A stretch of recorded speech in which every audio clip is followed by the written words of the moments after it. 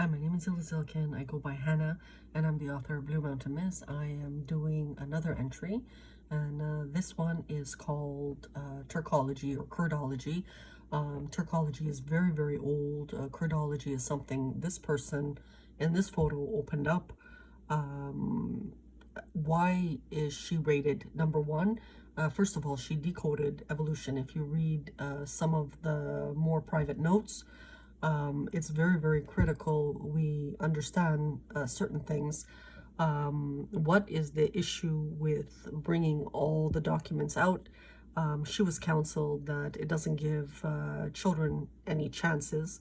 But what they don't understand is it's not the material that she's bringing out that is so important. It's what's done with it. And we're not referencing small projects. We're talking very, very large projects that she maneuvers a lot of men and women around the globe. The only problem is the richest Jews didn't agree with her on a lot of things. And she got horribly injured in the process. So there was bloodshed in Canada. It was a hidden war.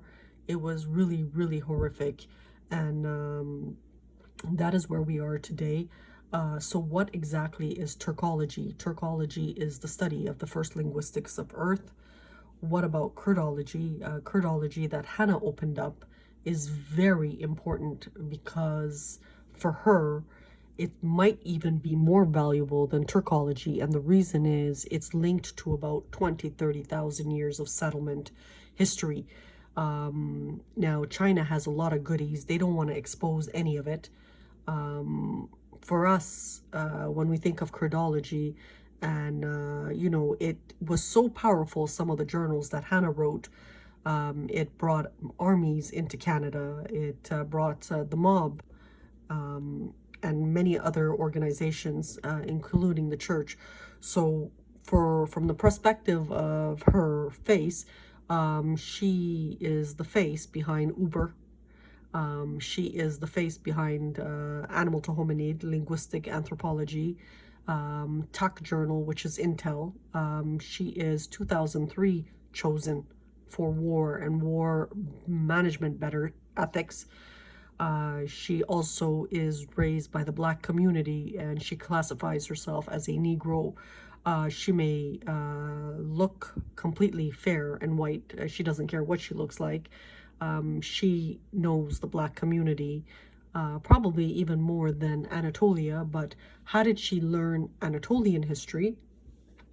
She merged over the years back with her estranged father at a particular age, and he started teaching her on war stuff. So that's number one. Number two is at the age of 15, she was brought back from her Black parents and shipped overseas to like a bordering school kind of thing.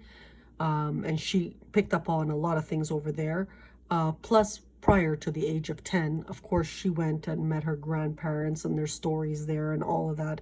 So it's a combination of living in a multicultural setting, her not liking the rich too much. She's always with the locals at any island she visits. This is very, very critical for anthropology research. She's just very, very down to earth always with the locals, the poorest locals. She loves them to death. She feels they're genuine.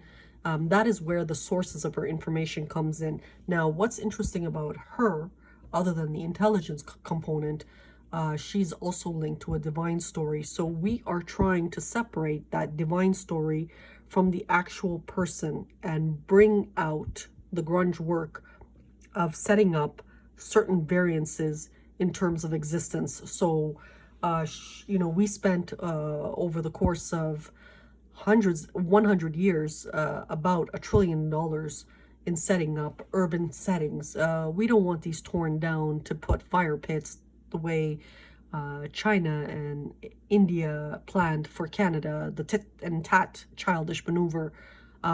We are way too advanced for that. We want at the cut of the Alaskan levee break to break down that triangle of their new world order and micromanaging of humans and really implement just a sample in Ontario, since it's already demographically changed. You know, a lot of the individuals here are not the locals that were once here, and it was part of the hidden war, which was very, very painful. What's interesting is Hanna is still lethally injured. Remember, she got a broken neck, and her shoulders were lifted kind of up, and there was limb attachments and reattachments, and she's very, very feisty. You know, it was very, very lethal combat. So if you look at her, she's also a seasoned veteran at this particular time. And we are dealing with trying to bring back as many Canadians as possible that got horribly injured. And she wanted the people who actually injured Canadians dead, royally dead, or shipped back to some, you know, spoiled, rotten country, wherever the hell they came from. That is where some of the problems we ran into. What is also interesting about her is she actually changed the etymology of both Canada and Jerusalem. She's a #1 Turkologist ranked right now in the globe. So you are looking at the authentic photo. In the future, this will be disappearing, and their media actresses will bring their tits on TV and dance in front of everybody and make the richest feel happy with their new little collection of men and women. So that's where we are today. We are sort of kind of ruthless because they were ruthless with her in the attack. And it's not even about tit for tat again.